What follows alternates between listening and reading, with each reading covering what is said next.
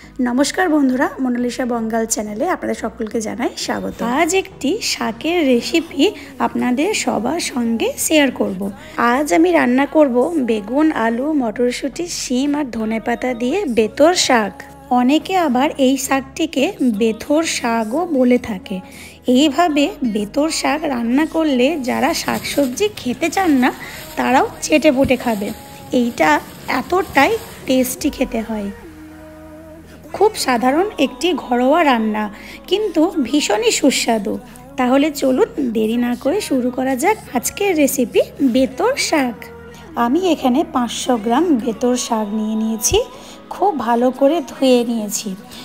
এবার শাকের যে ডালগুলো সেগুলো বাদ দিয়ে আমি শুধু পাতাগুলো খুব ভালো করে বেছে নেব, মানে শুধু ডালগুলো নিতে হবে। ওর ডাঁটগুলো নিলে কিন্তু খেতে কাঠি কাঠি লাগবে, সেই জন্য আমি শুধু শাকের পাতাগুলোই রান্না করব। এই শাকের পাতাগুলো যেহেতু ছোট ছোট হয় সেজন্য বাছতে বেশ অনেকটাই সময় লেগে যায়। তো আমার শাক বাছা হয়ে গেছে। এবার আমি শাকের পাতাগুলো ছোট ছোট করে কেটে নেব। যেমন আমি কেটে নিচ্ছি ঠিক সেইভাবে আপনারাও শাকের পাতাগুলো এইভাবে ছোট ছোট করে কেটে নেবেন। শাক আমার কাটা হয়ে গেছে।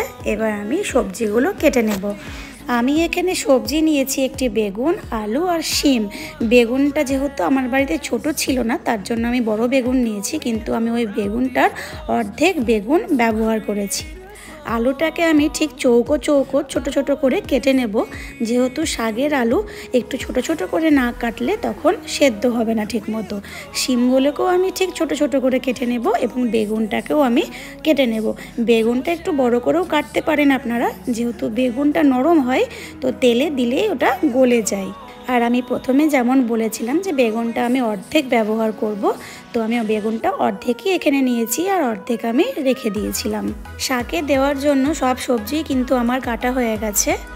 শীতের সময় যে কোনো শাকে ধনেপাতা ব্যবহার করলে শাকের টেস্ট কিন্তু অনেকটাই বেড়ে যায়। তো আমি ধনেপাতাও ব্যবহার করব বলেছিলাম, তো ধনেপাতাটাও আমি কুচি কুচি করে কেটে রেখে দিলাম। মটরশুঁটি যেহেতু আমি ফ্রিজে ছাড়িয়ে রেখে দিই সেই জন্য এখানে মটরশুঁটিটা আমি দেখাতে ভুলে গিয়েছিলাম। আমি এখানে মোটামুটি 15টা মতো মটরশুঁটি ব্যবহার করেছি। আমি এখানে কড়াই বসিয়ে দিয়েছি। এবার আমি কড়াইয়ে 1 থেকে 2 টিস্পুন পরিমাণের তেল দিয়ে দিলাম।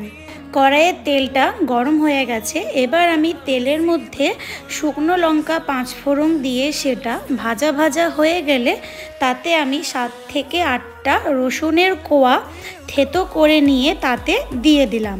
এইবার রসুনটা দিয়ে ভালো করে নাড়াচাড়া করে রসুনটা ভেজে নেব। যতক্ষণ না রসুনের একটা সুন্দর গন্ধ আসে ততক্ষণ একটু হালকা করে নাড়াচাড়া করে ভেজে নিতে হবে। এবার আমি তেলের মধ্যে হলুদ দিয়ে দিলাম। আমি সব সময় হলুদটা তেলের মধ্যেই দিয়ে দিই কারণ কালারটা খুব সুন্দর আসে। আমি এখানে 1/2 টিস্পুন হলুদের গুঁড়ো দিয়েছি। এবার আমি সব সবজিগুলো একটু ভেজে নেব, কারণ সবজির একটা কাঁচা গন্ধ থাকে, তো ভেজে নিলে সেই গন্ধটা থাকে না বলে আমি সবজিগুলোকে হালকা করে একটু ভেজে নেব। এবার আমি সবজির মধ্যে 1 টিস্পুন লবণ দিয়ে দিলাম। লবণ দিয়ে দেওয়ার পরেও আমি আর একবার ভালো করে নাড়াচাড়া করে ভেজে নেব। তারপর বন্ধুরা সবজিগুলো ভাজা হয়ে গেলে আমি বেথর শাকটা কড়াইয়ে দিয়ে দেব। সবজিগুলো আমার ভাজা ভাজা হয়ে গেছে। এবার আমি এখানে কেটে রাখা শাকগুলো কড়াইতে দিয়ে দিলাম আর শাকটা দেওয়ার সঙ্গে সঙ্গে আমি ধনেপাতাগুলোও দিয়ে দিলাম। এরপর ভালো করে নাড়াচাড়া করে নেব।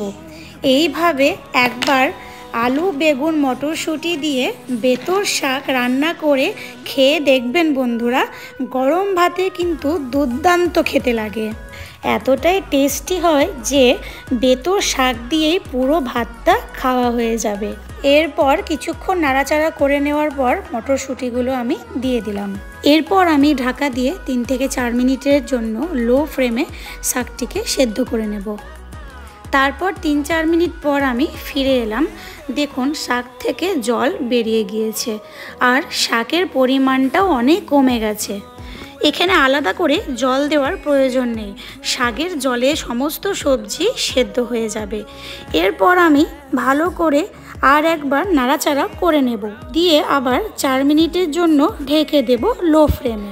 আমার এই রেসিপিটি যদি আপনাদের ভালো লাগে বন্ধুরা, প্লিজ লাইক শেয়ার করবেন আর কমেন্ট করে জানাবেন আমার এই রেসিপিটি আপনাদের কেমন লাগলো। 4 মিনিট হয়ে গেছে, বেতর শাক ও সবজিগুলো খুব ভালোভাবে সেদ্ধ হয়ে গেছে।